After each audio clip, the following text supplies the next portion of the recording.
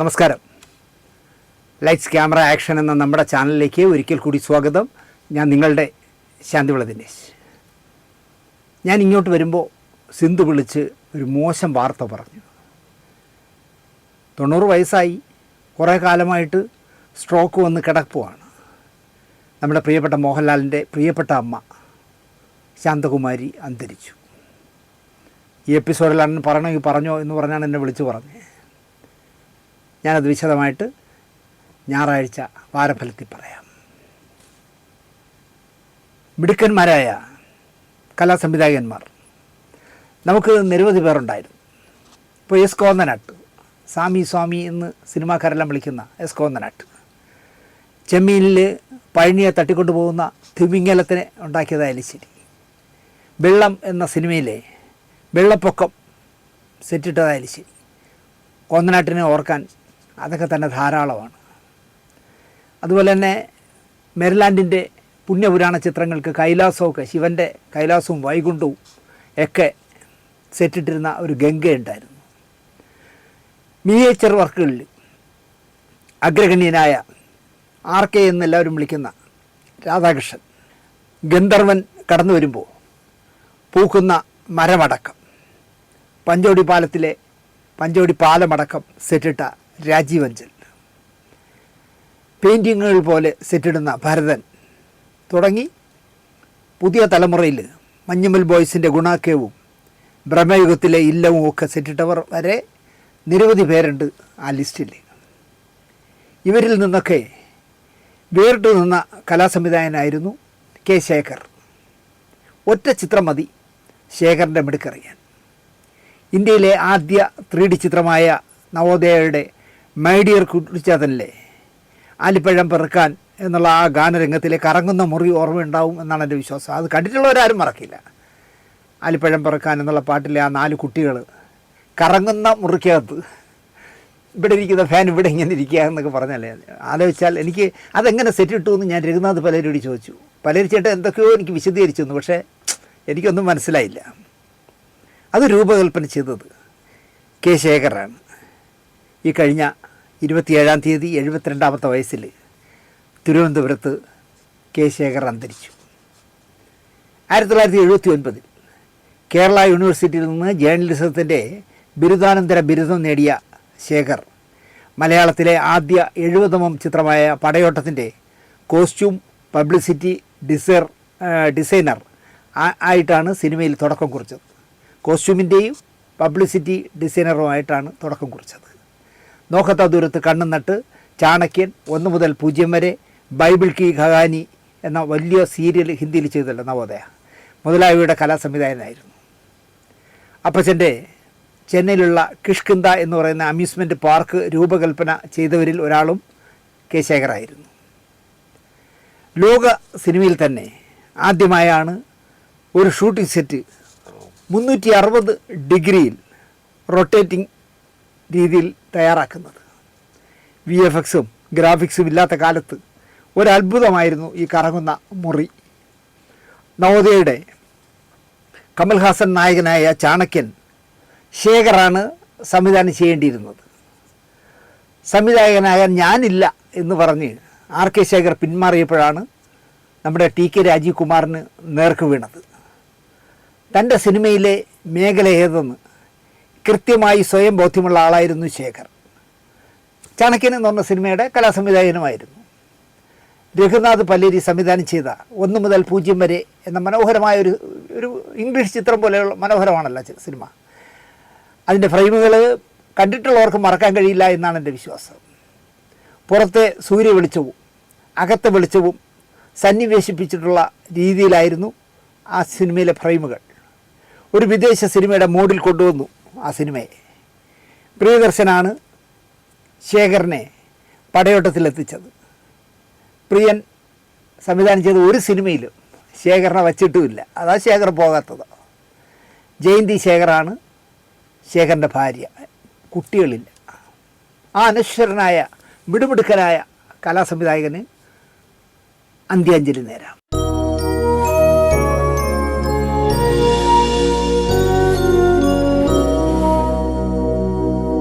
നമസ്കാരം. ഒരുപാട് എന്താ പറയുക പത്രങ്ങളോ ചാനലുകളോ കൊട്ടിഘോഷിക്കാത്ത, സിനിമയുടെ പളപളപ്പിൽ ജീവിക്കാതെ മണ്ണിൽ ചവിട്ടി നിന്ന 100% കലർപ്പില്ലാത്തൊരു കലാകാരിയെക്കുറിച്ചാണ് ഞാനിന്ന് സംസാരിക്കുന്നത്. അത് മറ്റാരുമല്ല, അടൂർ ഭവാനി.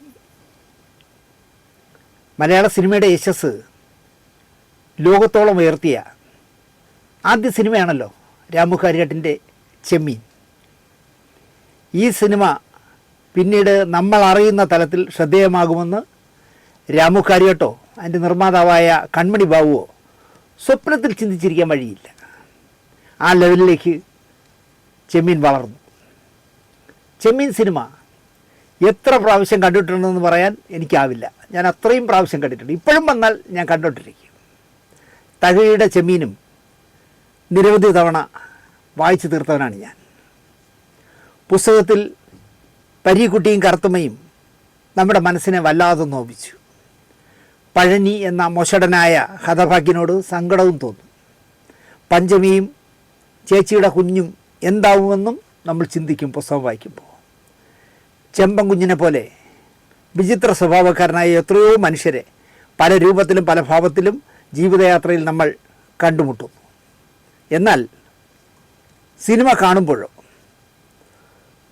സത്യസന്ധനല്ലാത്ത മൊശടൻ സ്വഭാവക്കാരനായ ചെമ്പകുഞ്ഞിനെ സഹിക്കേണ്ടി വരുന്ന മകളൊരു മരയ്ക്കാൻ്റെ മനസ്സിൽ കുടിവെച്ചത് കാണേണ്ടി വരുമ്പോൾ എന്താ പറയുക, ഉള്ളുലയ്ക്കുന്ന ഭാവഗരിമ കാട്ടി നമ്മളെ വേദനിപ്പിച്ച കഥാപാത്രമായിരുന്നു ചക്കി മരയ്ക്കാത്തി.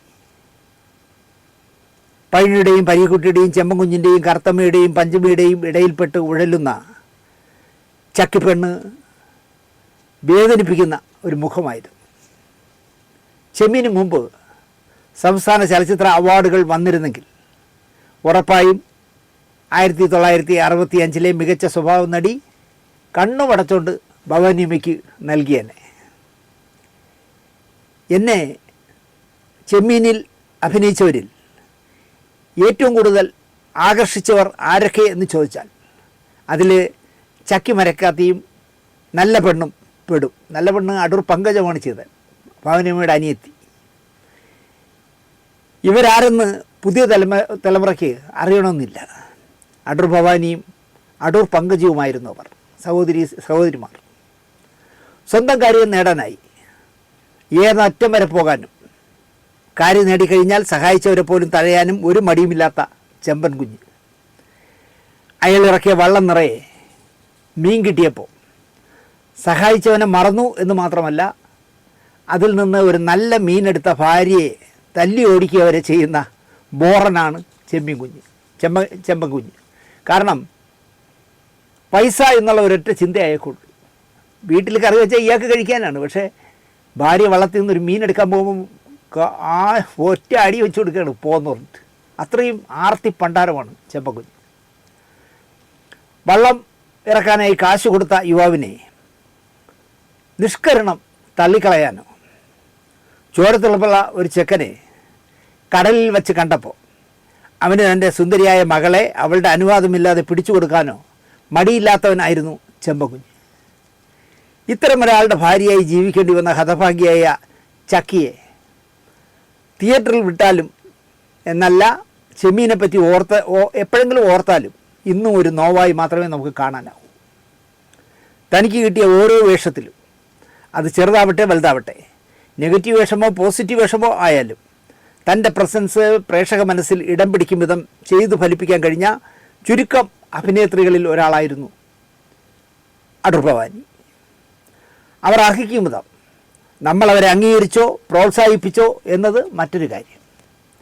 അക്കാര്യമൊന്നും അടൂർ ഭവാനി ചിന്തിച്ചതേയില്ല.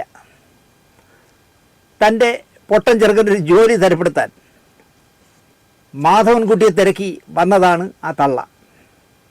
വഴി കണ്ട കുരുത്തം കെട്ട പിള്ളേർ അവരോട് പറഞ്ഞു കൊടുത്തു. ആ പിള്ളേരെ കണ്ടപ്പോൾ അവർ ചോദിച്ചു, ഈ മാധവൻകുട്ടിയുടെ വീട് എവിടെയാണ്? വഴി പറഞ്ഞു കൊടുത്ത കൂട്ടത്തിൽ ഇങ്ങനെ മാധവൻകുട്ടി എന്ന് ചോദിച്ചാൽ അറിയാൻ പറ്റില്ല. ഹിറ്റ്ലർ മാധവൻകുട്ടിയെ അറിയാമോ എന്ന് ചോദിക്കണം എന്ന് പറഞ്ഞു കൊടുത്തു. അപ്പോൾ അങ്ങനെ ചോദിച്ചാൽ നിങ്ങളുടെ മകന് ഉറപ്പായിട്ട് ജോലി കിട്ടും.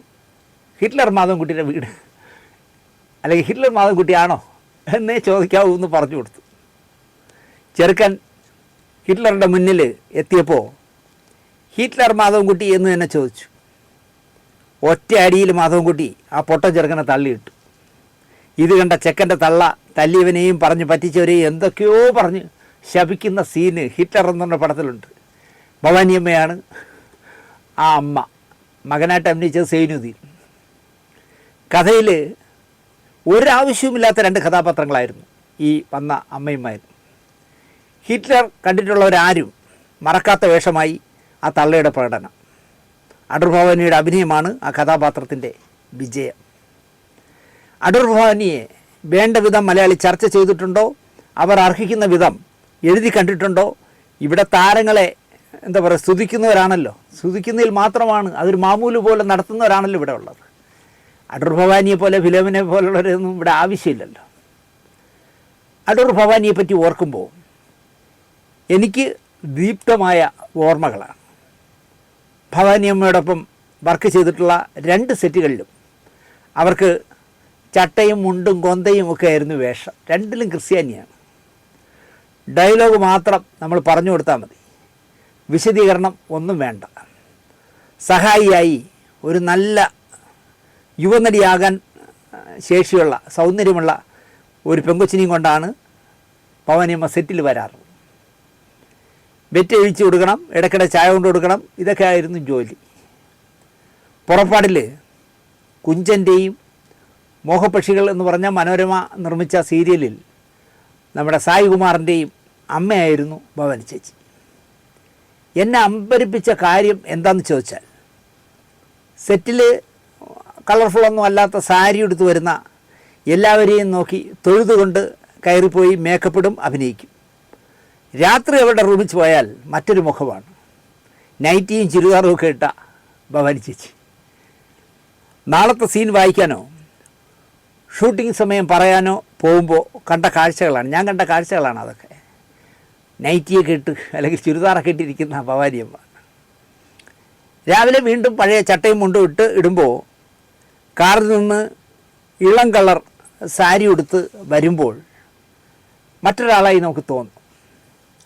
കൗതുകം ജനിപ്പിച്ച കാഴ്ചയായിരുന്നു എനിക്കത്. ഷൂട്ടിങ്ങിനായി ഹോട്ടലിലേക്ക് വരുന്നത് ഒരു ബെൻസ് കാറിലാണ് എന്ന് പറഞ്ഞാൽ എത്ര പേർ വിശ്വസിക്കും എന്നെനിക്കറിയില്ല. ഭവാനിയമ്മ ബെൻസ് കാറിലാണ് സെറ്റിൽ വരുന്നതെന്ന് അതിശയോക്തിയോടെ അല്ലെങ്കിൽ അതിശയത്തോടെ ഞാൻ പറയുമ്പോൾ അർത്ഥഗർഭമായ ഒരു ചിരി ചിരിക്കും ജേസി സാർ. ജേസിന്ന് നീട്ടി വിളിക്കുമ്പോൾ നാടകകാലത്തെ ഒരു സ്നേഹം ആ വിളിയിൽ നിന്ന് കേൾക്കാനാവും. പുറപ്പാടിൻ്റെ സെറ്റ് തിരുവല്ലത്ത് ചിത്രാഞ്ജലിയിൽ ഉരുൾ പൊട്ടുന്ന സീനുകളാണ് എടുക്കുന്നത്. ബാക്കിയെല്ലാം ഞങ്ങൾ മൂലമറ്റത്താണല്ലോ ഷൂട്ട് ചെയ്തത്. രാജീവഞ്ചൽ വലിയ വാട്ടർ ടാങ്ക് ഉണ്ടാക്കി അതിൽ കരവനയാറ്റിൽ നിന്നും ഫയർഫോഴ്സിൻ്റെ വണ്ടികൾ പല വട്ടമായി കൊണ്ട് നിറച്ച വെള്ളം ഇങ്ങനെ വലിയ കുളം പോലെ കെട്ടിയിട്ടിട്ടുണ്ട്. ആ കുളത്തിൽ നിന്ന് ഫയർ എഞ്ചിൻ വെച്ച് മഴയുണ്ടാക്കും, കൃത്രിമ മഴയുണ്ടാക്കും. അതിലാണ് ചിത്രീകരണം. പകൽ ഷൂട്ടിംഗ് ഇല്ല. സന്ധ്യയ്ക്ക് തുടങ്ങിയാൽ രാവിലെ വരെ ചിത്രീകരിക്കും. നേരം പുലരുന്നവരെയും ഷൂട്ടിംഗ് ആയിരിക്കും. തുകൃഷി, ജോസ് പ്രകാശ്, ബഹദൂർ, ബാലങ്കൻ നായർ, ശ്രീരാമൻ, ജഗതി തുടങ്ങി മമ്മൂട്ടി, സായികുമാർ, വിജയരാഘവൻ, ഗണേശൻ തുടങ്ങി ബേബി അമ്പിളി വരെയുള്ള താരങ്ങളുണ്ട്. പാർവതിയുണ്ട്, സിത്താരയുണ്ട്, കവിയൂർ പൊന്നമ്മയുണ്ട്. ഇതിനധികം ആ പടത്തിൽ അഭിനയിച്ച സുമലത മാത്രം ഇല്ല. 10-600 ജൂനിയർ ആർട്ടിസ്റ്റുകൾ ഉണ്ട്. ആടുമാടുകളുണ്ട്, കോഴിയടക്കമുള്ള പക്ഷികളുണ്ട്. ഇതിനിടയിലാണ് ഉരുൾപൊട്ടലിൻ്റെ ചിത്രീകരണം. രാത്രി ഒരു 10-12 മണി കഴിയുമ്പോൾ സഹിക്കാനാവാത്ത തണുപ്പും ദേഹം തുളയ്ക്കുന്ന കാറ്റുമാണ്. തിരുവല്ലത്ത് കുന്നിന് മുകളിലാണല്ലോ. സീനിയറായ താരങ്ങളുടെ എല്ലാം കയ്യിൽ ഓരോ സ്റ്റീൽ ഗ്ലാസ് എത്തും. കന്നി അയ്യപ്പനായതിനാൽ ഞാൻ കരുതിയത് അത് ബ്ലാക്ക് ടീ ആണെന്നാണ്, തേയില ഉള്ളതെന്നാണ് ഞാൻ വിചാരിച്ചത്. ചൂട് തേയിലുള്ള അല്ലെങ്കിൽ ചൂട് കാപ്പി എന്നാണ് ഞാൻ വിചാരിച്ചത്. ഞാനടക്കം ബ്ലാക്ക് ടീ കുടിച്ചിട്ടും വിറയ്ക്കുന്നു. എന്നാൽ 70-80 ആയവർ പയറ് പോലെ ക്യാമറയ്ക്ക് മുന്നിൽ നിൽക്കുന്നു, തമാശകൾ പറയുന്നു, പൊട്ടിച്ചിരിക്കുന്നു. എനിക്കത് കണ്ടപ്പോൾ അതിശയം തോന്നി. നമ്മളൊക്കെ ചെറു പ്രായമല്ലേ, നമ്മൾ ബ്ലാക്ക് ടീ കുടിച്ചിട്ടും കൈയൊക്കെ വിറയ്ക്കുന്നു, കാലുമൊക്കെ വിറയ്ക്കുന്നു. ഒരു അസ്വസ്ഥതയാണ്.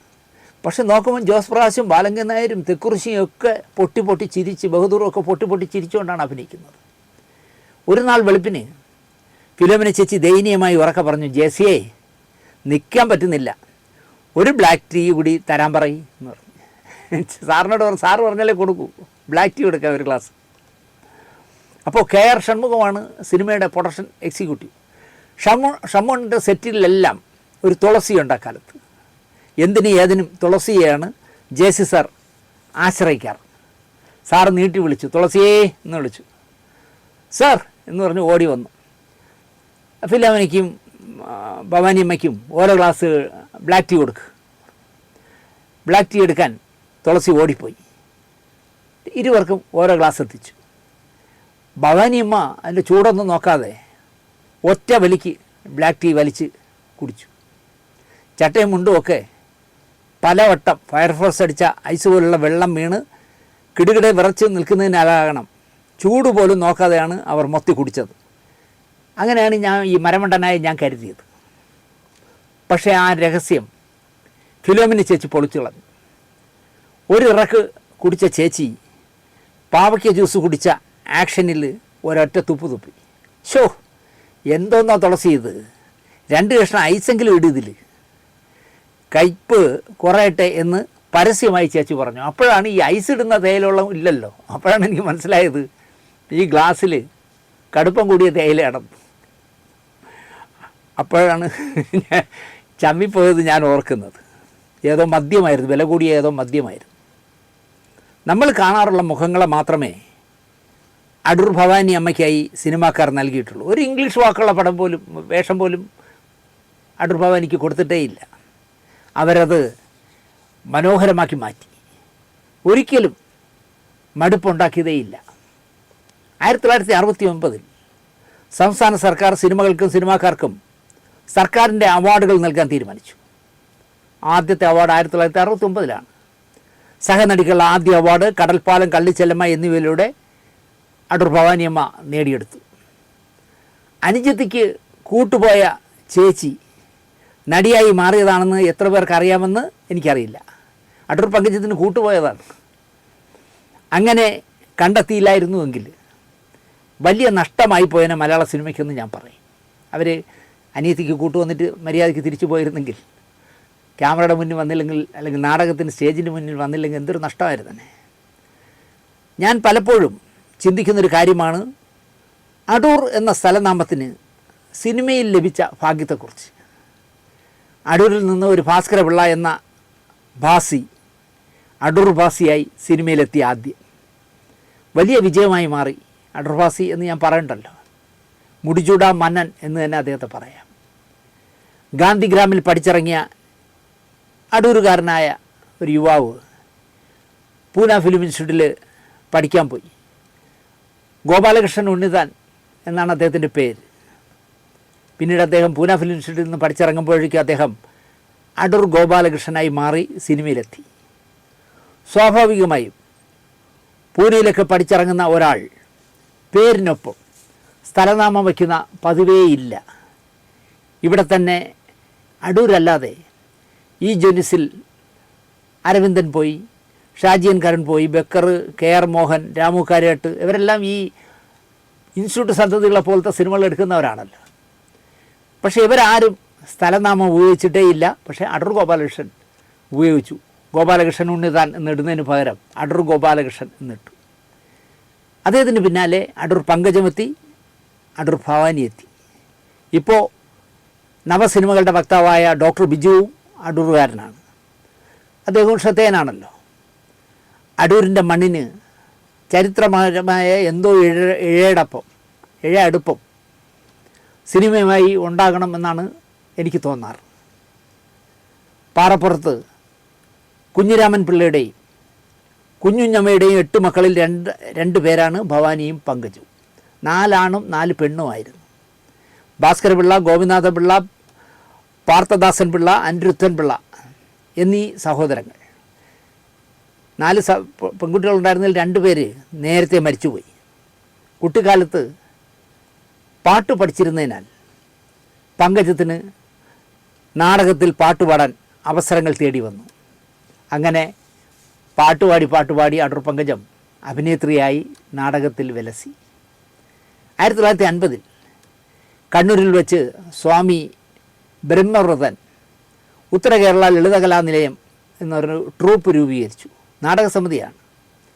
സ്വാമി എഴുതിയ മധുമാധുര്യം എന്ന നാടകത്തിലൂടെ അടൂർ പങ്കജം പാടി അഭിനയിക്കുന്ന നടിയായി മാറി. അച്ഛൻ കുഞ്ഞിരാമൻപിള്ള നല്ല പൂശുന്ന ആളായിരുന്നു. കുടിച്ച് സർവ്വതും നശിപ്പിച്ചപ്പോൾ പട്ടിണിക്കാലമായി കുടുംബത്തിൽ. അതാണ് വരുമാനത്തിനായി അടൂർ പങ്കജം അഭിനയം തിരഞ്ഞെടുക്കാനുള്ള പ്രധാന കാരണം. അല്ല, കലയോടുള്ള ഉദാത്തമായ മാതൃക കൊണ്ടൊന്നുമല്ല. കൂടെ ഉള്ളവർക്കൊക്കെ അന്നം വേണ്ടേ. നാടകവും സിനിമയും തൻ്റെ ചിന്തയിലേ ഇല്ലായിരുന്ന ഭവാനി അനുജത്തിക്ക് കൂട്ടുപോകുന്നതായിരുന്നു പണി. നാടകനടിയായ പങ്കജത്തെ പ്രേമലേഖനം എന്ന ചിത്രത്തിൽ അഭിനയിക്കാൻ നിർമ്മാതാവ് പപ്പാസ്വാമി ക്ഷണിച്ചു. അവർ പോയി. ഉദയ സ്റ്റുഡിയോയിലാണ് ചിത്രീകരണം. MK മണി സംവിധാനം ചെയ്ത പ്രേമലേഖനത്തിൽ അഭിനയിക്കാൻ ഉദയയിൽ ചെന്ന പങ്കജത്തെ കുഞ്ചാക്കോ അച്ഛൻ എന്ന സിനിമയിലേക്ക് ക്ഷണിച്ചു. അനുജത്തിക്ക് കൂട്ടായി ഭവാനിയും പോയി അച്ഛൻ്റെ സെറ്റിൽ. അവിടെ വെച്ച് ഭവാനിയെ കണ്ട തെക്കുറിശി ചേച്ചി അനുജത്തിയേക്കാൾ സുന്ദരിയാണല്ലോ എന്ന് ഒരു കമൻ്റ് അടിച്ചു. അതൊരു കെണിയിട്ടതാണെന്ന് ഞാൻ പറയും. തെക്കുറിശി മാമൻ്റെ സ്വഭാവം അനുസരിച്ച് ചുമ്മാ ഒരു കെണിയാണ്. കാരണം തെക്കുറിശി ആരാ മോനെന്ന് പരിചയപ്പെട്ടവർക്കെല്ലാം അറിയാം. അഭിനയത്തിൽ ഭവാനിയാണ് മുന്നിലെങ്കിലും സൗന്ദര്യത്തിൽ പങ്കജമായിരുന്നു മുന്നിൽ. പങ്കജം ചേച്ചി തന്നെയാണ് മുന്നിൽ. തെക്കുറിശി എഴുതി സംവിധാനം ചെയ്ത ശരിയോ തെറ്റോയിൽ പങ്കജത്തിന് വേഷമുണ്ടായിരുന്നു. കൂട്ടിന് ഭവാനിയും ചെന്നു. മിസ്കുമാരി നായികയായ തെക്കുറിശി നായകനായ ശരിയോ തെറ്റിൽ ഭവാനിയെ നിർബന്ധിച്ച് തെക്കുറിശി അഭിനയിപ്പിച്ചു. പടം പരാജയമായിരുന്നെങ്കിലും അടൂർ ഭവാനി എന്ന താരം അവിടെ ജന്മം കൊണ്ടു. തുടർന്ന് തന്നേക്കാൾ ഇരട്ടി പ്രായമുള്ള കൊട്ടാരക്കര ശ്രീധരൻ നായരുടെ അമ്മയായി മനക്കര ഗോപാലപിള്ള ആശാൻ്റെ വേലുത്തമ്പി ദളവ എന്ന് പറഞ്ഞ നാടകത്തിൽ ഭവാനിയമ്മ അഭിനയിച്ചു. ഈ നാടകം വലിയ വിജയമായത് ഭവാനിയെ തുണച്ചു. KPSC, പ്രതിഭ തുടങ്ങിയ നാടക ട്രൂപ്പുകളിലെത്തി. KPSCയിൽ അഭിനയിക്കുമ്പോഴാണ് KPSCയുടെ മുടിയനായ പുത്രനിൽ ഭവാനി അഭിനയിച്ച വേഷം മുടിയനായ പുത്രൻ രാമു കാര്യട്ട് സംവിധാനം ചെയ്യാൻ തീരുമാനിച്ചപ്പോൾ സിനിമയിലും അവതരിപ്പിക്കാൻ തോപ്പിൽ ഭാസി പറയുന്നത്. തോപ്പിൽ ഭാസിയാണ് തിരക്കഥ. അപ്പോൾ നാടകത്തിലൊരു മനോഹരമാക്കി സ്റ്റേജിൽ അഭിനയിപ്പിച്ച വേഷമാണ്. അത് തന്നെ സിനിമയിലും ഇവർ തന്നെ ചെയ്യട്ടെ എന്ന് തീരുമാനിച്ചു. ചന്ദ്രധാര പ്രൊഡക്ഷൻസാണ് മുടിയനായ പുത്രൻ നിർമ്മിച്ചത്. മുടിയനായ പുത്രൻ രാജൻ എന്നാണല്ലോ കഥാപാത്രത്തിൻ്റെ പേര്. രാജൻ്റെ അമ്മയായത് നാടകത്തിലും സിനിമയിലും അടൂർ ഭവാനിയാണ്. അന്ന് ഭവാനിയമ്മയ്ക്ക് 34 വയസ്സ്. ഇവിടെ ചരിത്രം എഴുതുന്ന പണ്ഡിതന്മാരൊക്കെ 25 വയസ്സ് 24 വയസ്സെന്നൊക്കെ എഴുതും. പക്ഷേ അവർക്ക് 34 വയസ്സായി. സത്യമാഷിന് അന്ന് 49 വയസ്സ് പ്രായം. തന്നേക്കാൾ 15 വയസ്സ് എളുപ്പമുള്ള ഒരു നടിയാണ് തൻ്റെ അമ്മയായി അഭിനയിക്കുന്നത്. കാണാനാണെങ്കിൽ ആളിൽ കുറിയ ഒരു രൂപം, പൊക്കമില്ലല്ലോ, ചെറിയ ആളല്ലേ. സത്യൻ മാഷിനത് സമ്മതമായില്ല. മറ്റൊരാളെ ചിന്തിക്കാൻ രാമു കാര്യട്ടിനും സമ്മതമല്ല. തോപ്പിൽ ഭാസിയെയും കൂട്ടി രാമു കാര്യട്ട് അടൂർ ഭവാനിയുടെ വീട്ടിലെത്തിയാണ് സിനിമയ്ക്ക് ക്ഷണിച്ചത്. വിളിച്ചമർത്തിയിട്ട് ചോറില്ല എന്ന് പറയാൻ അവർക്ക് ഇരുവർക്കും ഒരു പ്രയാസം. സത്യനാണെങ്കിൽ നല്ല പിടിവാശിയുള്ള ആളും. അദ്ദേഹത്തിൻ്റെ പുഷ്കര കാലമാണ്. പീക്കിരി പെണ്ണിനോടൊപ്പം അഭിനയിക്കാൻ എനിക്ക് പറ്റില്ല എന്ന് സത്യൻ കട്ടായം പറഞ്ഞു. ഒന്നുകിൽ കുറച്ച് പ്രായം വേണം, ഇല്ലെങ്കിൽ അല്പം ശരീരം വേണം. ഇതിപ്പോൾ ഒരു നരുന്ത് പെണ്ണ് രാജനെ അടിക്കുന്ന സീനൊക്കെ ഇല്ലേ, ഈ പെങ്കൊച്ചടിച്ചാൽ തിയേറ്ററിൽ എന്താവും സ്ഥിതി എന്നാണ് സത്യമാഷ് ചോദിച്ചത്. ഞാനില്ല ഈ അവിവേകത്തിന്, വേറെ ആളെ നോക്ക് എന്നായി സത്യമാഷ്. അങ്ങനെ സെറ്റ് നിശ്ചലമായി. പല വഴികൾ ആലോചിച്ചു. ഒടുവിൽ രാമു കാര്യട്ട് ഉറപ്പിച്ച് പറഞ്ഞു, ഈ വേഷം ഇവർ തന്നെ ചെയ്യണം. ഞാൻ മുടിയനായ പുത്രൻ നാടകം പല പ്രാവശ്യം കണ്ടു ബോധിച്ചിട്ടാണ് ഞാനിവരെ നിശ്ചയിച്ചത്. രാമു കാര്യാട്ടും വിടുന്ന ലക്ഷണമില്ല. തന്നെ നായകനാക്കി നീലക്കുയിലെടുത്ത് ദേശീയ പുരസ്കാരത്തിൽ വെള്ളി നേടിയ, മലയാളത്തിൽ ആദ്യത്തെ വെള്ളി മെഡൽ നേടിയ ചിത്രമാണല്ലോ നീലക്കുയിൽ. സംവിധായകനാണ് രാമു എന്നതിനാൽ അയാളെ പിണക്കാൻ സത്യമാഷും തയ്യാറല്ല. അസാമാന്യമായ പ്രകടനം സ്റ്റേജിൽ കാണിച്ച് പ്രേക്ഷക പ്രീതി നേടിയ ഭവാനിയെ ഒഴിവാക്കുന്നതിനോട് നിർമ്മാതാവ് TK പരീക്കുട്ടിക്കും താല്പര്യമില്ല. തിരക്കഥ എഴുതിയ തോപ്പിൽ ഫാസിയും പറഞ്ഞു, നാടകത്തിൽ ഭവാനിയുടെ പ്രകടനം അത്യുജ്വലമായിരുന്നു. പ്രായത്തിൻ്റെയോ ആൾവലുപ്പത്തിൻ്റെയോ പരിമിതികൾ അഭിനയത്തിലൂടെ അവൾ പരിഹരിക്കും, ഉറപ്പ് എന്ന് തോപ്പിൽ ഫാസി പറഞ്ഞു. സിനിമയുമായി ബന്ധപ്പെട്ട, അല്ലെങ്കിൽ മുടിയനായ പുത്രൻ എന്ന് പറഞ്ഞ സിനിമയുമായി ബന്ധപ്പെട്ട പ്രഗത്ഭരെല്ലാം ആ പെങ്കൊച്ചിനെ വേണ്ടി നിന്നപ്പോൾ സത്യമാഷും വഴങ്ങി. എന്നാൽ ആയിക്കോട്ടെ എന്നായി സത്യമാഷ്. മക്കളായ രാജനും ഗോപാലനും തമ്മിൽ അടികൂടുമ്പോൾ അമ്മ ചെന്ന് അനുനയിപ്പിക്കാൻ ശ്രമിക്കുന്നതും ഇരുവരും അതിൽ വഴങ്ങാതെ വരുമ്പോൾ രാജൻ്റെ ചെകിട്ടത്ത് അമ്മ അടിക്കുന്ന സീനാണ് ആദ്യം ചിത്രീകരിക്കാൻ പോകുന്നത്. സീനെല്ലാം വായിച്ച് കേട്ടു സത്യമാഷ്. അപ്പോൾ രാജൻ എന്ന് പറയുന്നത് സത്യമാഷും ഗോപാലൻ എന്ന് പറയുന്നത് കോട്ടയം ചെല്ലപ്പനുമാണ്. റിഹേഴ്സൽ നടക്കുമ്പോഴും സത്യമാഷിന് ഉറപ്പില്ല ഈ പെണ്ണ് നന്നാവുമെന്ന്. ക്യാമറ ഓടി. നേരത്തെ പറഞ്ഞ രംഗത്തിൽ സത്യനും കോട്ടയം ചെല്ലപ്പനും അനായാസം അടികൂടുകയാണ്. അവർ പറഞ്ഞു വെച്ചിരുന്ന പോലെ നന്നായിട്ട് തമ്മിൽ തല്ലുകയാണ്. അസാമാന്യമായ അഭിനയ തികവുകൊണ്ട് നാടകത്തിൽ അവിസ്മരണീയമാക്കിയ അമ്മ ക്യാമറയുടെ ഫ്രെയിമിലേക്ക് വന്നു. മക്കൾ ഇരുവരെയും പകഞ്ഞു മാറ്റാൻ ശ്രമിച്ചു. മാറുന്നതിന് പകരം മക്കൾ രണ്ടും കൂടുതൽ ശക്തമായി പോരാട്ടത്തിലായി.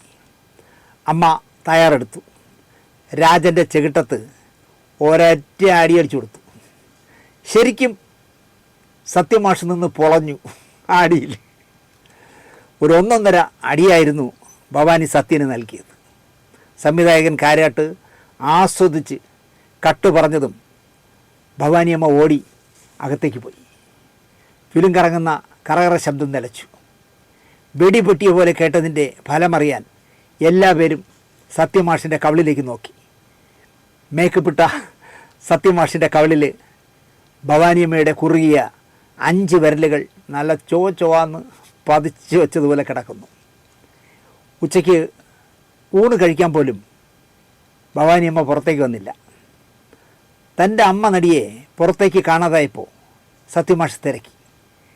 അകത്ത് കരച്ചിലടക്കാൻ കഴിയാതെ ഇരിക്കുന്നു എന്നറിഞ്ഞു.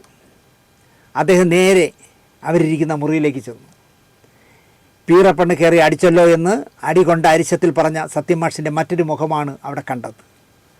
സ്വതസിദ്ധമായ നൈർമല്യമുള്ള ചിരിയോടെ ഭവാനിയോട് സത്യമാഷ് പറഞ്ഞത്, ഇനി ഞാൻ മരിക്കും വരെ നിങ്ങളെൻ്റെ അമ്മയായിരിക്കും.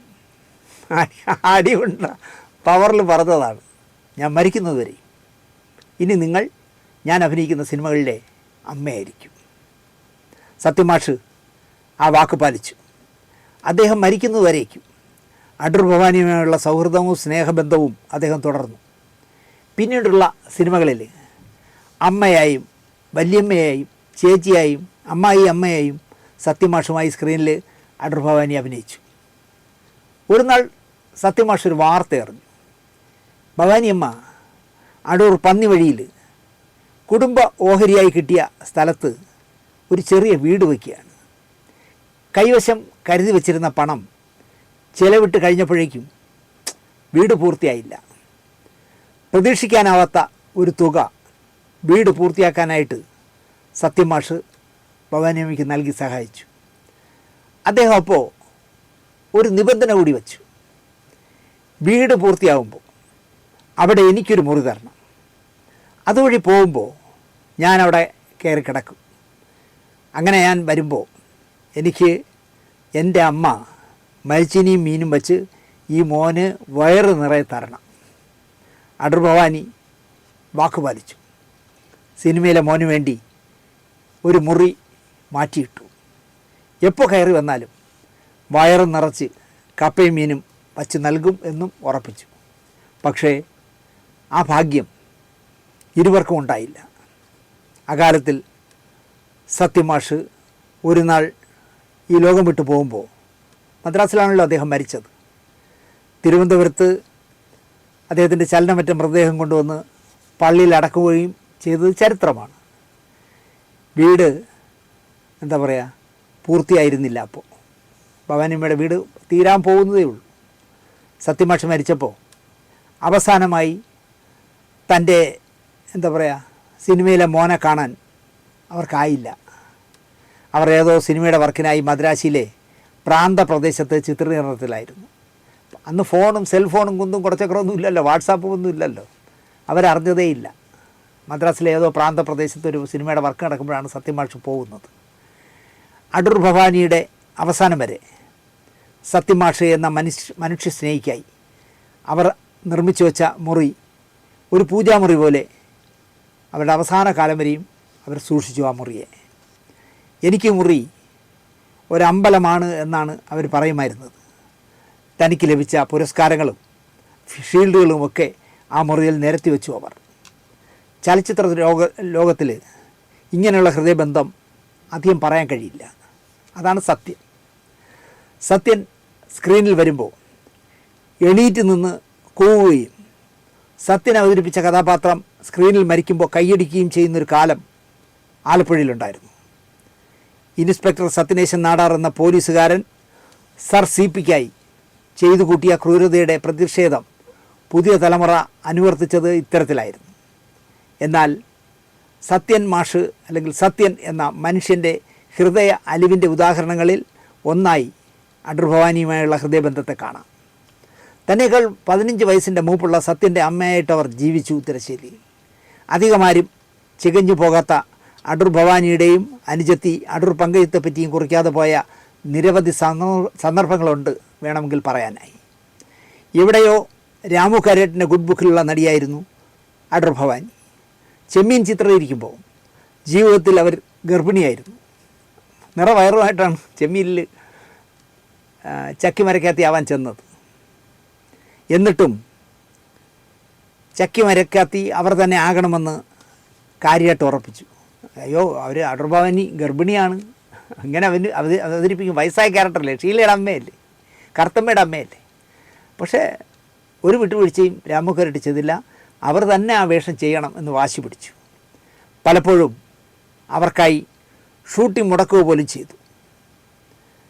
28 കെട്ടിയിട്ട് ആ കുഞ്ഞിനെയും കൊണ്ട് 28 വയസ്സ് പ്രായമായ കുഞ്ഞിനെയും കൊണ്ടാണ് അവർ ചെമ്മീനിലെ ചില സീനുകൾ അഭിനയിക്കാനെത്തിയത്. അപ്പോൾ അവരഭിനയിക്കുമ്പോൾ ഷീലയാണ് ആ കുട്ടിയെ പഞ്ചമിയെ നോക്കുമ്പോൾ പോലെ നോക്കിക്കൊണ്ടിരുന്നത്. ഇത് ചിത്രീകരിക്കുമ്പോൾ എടി കറുത്തമ്മോ എന്ന് നീട്ടി കടപ്പുറത്ത് വിളിക്കുന്ന ചക്കിമരക്കാത്തി നീട്ടി വിളിക്കുന്നത് എൻ്റെ ചെവിയിൽ വന്ന് അലയ്ക്കുന്നത് പോലെ എനിക്ക് തോന്നുന്നു. ആ ആത്മാവിന് നമുക്ക് നിത്യശാന്തി നേരാം. തൻ്റെ 40 വർഷത്തെ കലാജീവിതത്തിനിടയിൽ 500-ലധികം വേഷങ്ങൾ സ്ക്രീനിൽ അവർ കാണിച്ചു. തുടക്കകാലത്തല്ല, ഇടക്കാലത്ത് സിനിമ കുറഞ്ഞപ്പോഴവർ അനുജത്തിയുമായി ചേർന്ന് അടൂർ ജയ തിയേറ്റേഴ്സ് എന്ന നാടക കമ്പനി തുടങ്ങി. അവിടെ മുതലാണ് അവരുടെ സാമ്പത്തിക വീഴ്ച തുടങ്ങുന്നത്. പാംസുല, രംഗപൂജ, പാശുപത അസ്ത്രം തുടങ്ങിയ നാടകങ്ങൾ അവതരിപ്പിച്ച ശേഷം ചേച്ചിയും അനിയത്തിയും ഭംഗിയായിട്ടൊന്ന് പിണങ്ങി പിരിഞ്ഞു. പിന്നീട് മാത്യു എന്നൊരാളുമായി ചേർന്ന് അടൂർ മാതാ തിയേറ്റേഴ്സ് തുടങ്ങി. പീനൽ കോഡ്, ചക്രവർത്തിനി, പാഠമൊന്ന്, അന്യായം എന്നീ നാടകങ്ങൾ മാതാ തിയേറ്റേഴ്സ് അവതരിപ്പിച്ചു. കൊട്ടാരക്കര ശ്രീധരൻ നായരും SP പിള്ളയും തൊടുപുഴ വാസന്തിയും അടൂർ ഭവാനിക്കൊപ്പം ഈ പറയുന്ന മാത്യു തുടങ്ങിയ മാതാ തിയേറ്റേഴ്സിലെ നാടകങ്ങളിൽ അഭിനയിച്ചു. നാടക ട്രൂപ്പ് ഭവാനിയുടെ കൺട്രോളിൽ നിന്നില്ല, നഷ്ടത്തിലേക്ക് കൂപ്പുകുത്തി. പിന്നെയും നാടകത്തിൽ മുഖ്യവേഷം നൽകാമെന്ന ഓഫർ വന്നുവെങ്കിലും ഭവാനിയമ്മ അത് സ്വീകരിച്ചില്ല. വീടിനുള്ളിൽ നല്ലൊരു വീഴ്ച വീണ് നട്ടലിന് ക്ഷതം ഏൽക്കുന്നതുവരെ അവർ ക്യാമറയ്ക്ക് മുന്നിൽ നിന്നു. 1/2 നൂറ്റാണ്ടോളം ക്യാമറയ്ക്ക് മുന്നിൽ നിന്ന ഭവാനിയമ്മ അവരുടെ അവസാന കാലം ശുഭകരമായിരുന്നില്ല. KPSCയുടെയും AKGയുടെ മകൻ കരുണാകരനും എറണാകുളം മെഡിക്കൽ ട്രസ്റ്റുമൊക്കെ കൈയയച്ച് ഭവാനിയമ്മയെ സഹായിച്ചു. ചികിത്സിക്കാൻ വരാൻ കാശില്ലാത്തതിനാൽ താൻ ചികിത്സയ്ക്ക് വരുന്നില്ല എന്ന് ശടിച്ച അടൂർ ഭവാനിയെ ആശുപത്രിയിലേക്ക് ഡോക്ടർ വർഗീസ് പുളിക്കൻ നിർബന്ധിച്ച് എത്തിക്കുകയും 3 ലക്ഷത്തോളം രൂപയുടെ ചികിത്സ സൗജന്യമായി ചെയ്ത് സുഖം പ്രാപിച്ച് വിടുകയും ചെയ്തു. ഒരു മകനാണ് അവർക്ക്, രാജീവ് കുമാർ. ഭർത്താവ് ജനാർദ്ദൻ പിള്ള 1997 മരിച്ചു. സർക്കാരിൻ്റെ അന്ന് ചലച്ചിത്ര ക്ഷേമനിധി വന്നിട്ടില്ലല്ലോ, സർക്കാരിൻ്റെ അവശ കലാകാര പെൻഷൻ 1000 രൂപ കിട്ടുമായിരുന്നു. ചെന്നൈയിൽ നിന്നും അവർക്കൊരു 750 രൂപ വരുമായിരുന്നു. അമ്മയുടെ കൈനീട്ടം ഇപ്പോൾ 5000 ഉണ്ട്, പക്ഷേ അന്ന് 2000 ആയിരുന്നു. അപ്പോൾ 2000 രൂപ അത് കിട്ടുമായിരുന്നു. ചങ്ങനാശ്ശേരി മൈത്രി എന്ന് പറഞ്ഞ സംഘടന മാസാമാസം 2000 രൂപ എത്തിക്കുമായിരുന്നു. അവസാന കാലത്ത് ഇതൊക്കെയായിരുന്നു ഭവാനിയമ്മയുടെ വരുമാനം. ഒരിക്കൽ മധുസാറ് മോശമല്ലാത്തൊരു തുക നൽകി സഹായിച്ചു. നടൻ നമ്മുടെ പ്രിയപ്പെട്ട MG സോമേട്ടൻ്റെ ഭാര്യ സുജാത തിരുവല്ലയിൽ നിന്നും ഇടയ്ക്കിടെ ചെന്ന് അടൂർ ചെന്ന് ഭവാനിയമ്മയെ കാണുമായിരുന്നു. എല്ലുപൊടിയുന്ന രോഗമായിരുന്നു അവസാന കാലം ഭവാനിയമ്മയെ ശരിക്കും തളർത്തിയത്. 82ാമത്തെ വയസ്സിൽ 2009 ഒക്ടോബർ 25 ഞായറാഴ്ച ചക്കിമരക്കാത്തി അവസാനമായി കണ്ണടച്ചു.